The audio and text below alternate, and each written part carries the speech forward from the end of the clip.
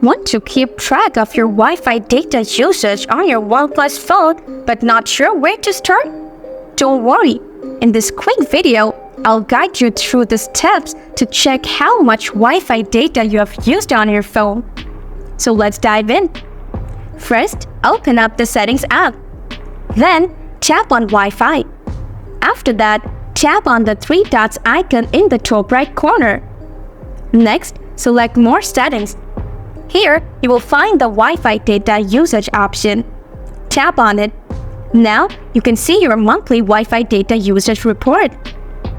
To view the app data usage report, tap the arrow icon. And there you have it. That's how you can easily check your Wi-Fi data usage on your OnePlus phone. Hope you found this tutorial useful. Feel free to drop any questions in the comment section below. Thanks a lot for watching!